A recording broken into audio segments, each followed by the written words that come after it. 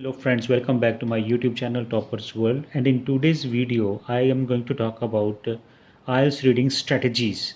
What strategies we should follow that we can easily get band 8, 8.5 or 9. You know, many students comfortably get 8, 8.5 band in IELTS reading, and they are not very smart or very intelligent. Are as average in English like you or like me, and still they managed to get 8 or 8.5 band in IELTS reading. Even recently one of my student got 8.5 band in IELTS reading, and she's just 10 plus 2. So what happens in the exam, or what strategies they follow? So friends, I'm going to talk in detail about this, and all those students who are going to appear in exam, I would like them that they should also follow any one strategy over there, depending upon the kind of questions they're getting. So friends, here I'm going to discuss with you three important strategies depending upon the type of question that you will decide on the spot. So what kind of questions are there and what strategy you need to follow? So let's see this video in detail. So strategy number one is, if there are 15 to 20 blanks in IELTS reading test, if you get 15 to 20 blanks, and it is happening nowadays. Nowadays, students are getting minimum 15 and maximum 20 blanks in reading tests. For example, this test I'm just showing you. Here in the first passage, there are 8 blanks. Okay, and after that, in the second passage, okay, 23 to 26, again there are 4 blanks. Then in passage 3, there are about 5 blanks. Okay, 36, 7, 8, 9 and 40. So overall there are about 5 plus 4, 9 plus 8, 17 blanks are there. Total number of 17 blanks. If any student in IELTS reading exam gets 17 blanks or 18 blanks or 15 blanks, so this is just like a jackpot. This is just like a lottery for that student. Reason being that those who get 8 or 8.5 band, they definitely get more blanks. In their question paper, they get more blanks. And if you are also having more blanks in reading exam, so it is a beautiful chance or very bright chance for you to get 8 or 8.5 band. I am telling you how. What you will need to do. So if your strategy number one is, if you get blanks between 15 to 20, what do you need to do? First of all, you will solve first passage and attempt first passage normally. Like first you give preference to blanks, and after that next session, next part of the questions like true, false, not given, or yes, no, not given. After that, when you move to passage 2, again you should give preference to blanks. Solve the blanks first, then go to passage 3. Again, this is the passage 3, and again solve blanks first. So 15, 16, 17 blanks if you will solve first, and it will not take your much time because blanks are easy to do. They are easy to locate. Once you find the location, you will find the answer of all the blanks nearby that place.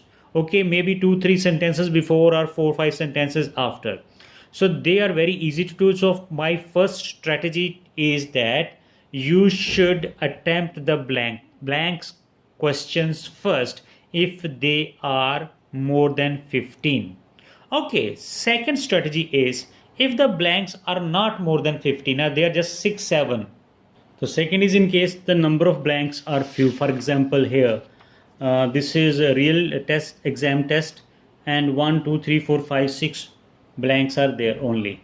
Okay, after that true, false, not given, and after that in second passage there are 4 blanks, and in the third passage there are no blanks.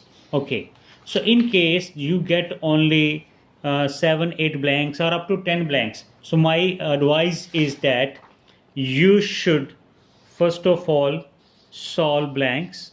Again, in this case you will solve blanks, whether they are 7, 8 or 10, whatever.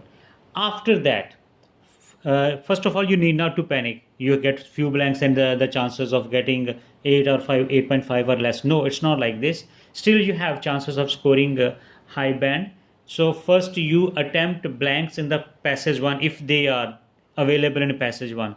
If you do not get blanks in passage 1, so what should be done in that case? In that case, I will suggest you that still you should do passage 1.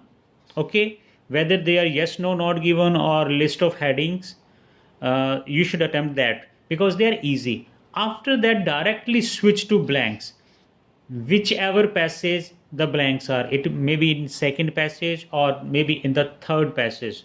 So wherever the blanks are there, you should give second preference to blanks after attempting first passage.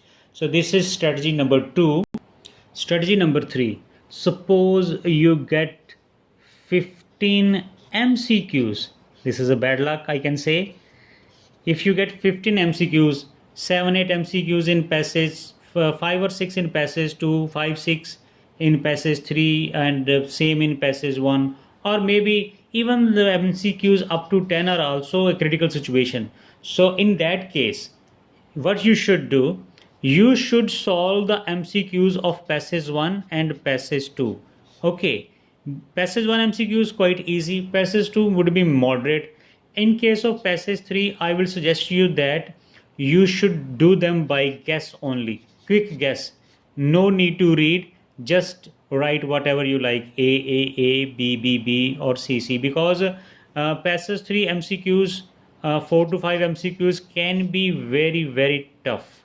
Usually they are very hard and time consuming. So you will waste a lot of your time if you will attempt passage 3 MCQs. Instead, you should attempt other questions. So this is strategy number 3. Strategy number 4, in case you have every type of question, some blanks, some MCQs, true, false, not given, list of heading, which paragraph contain, all kind of questions in proper percentage or proportion like 5 to 6, 5 to 6 like this way.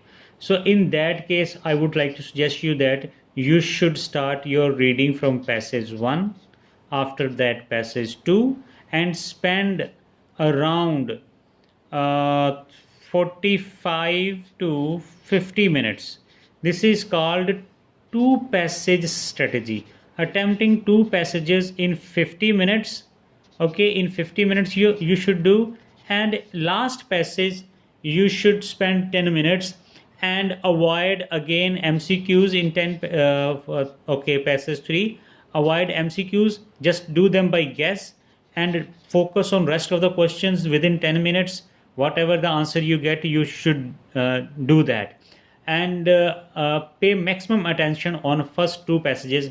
This is a very safe and secure technique, because if you will do passage 2 in 50 minutes, your chances of getting 23, 24 correct will be very high.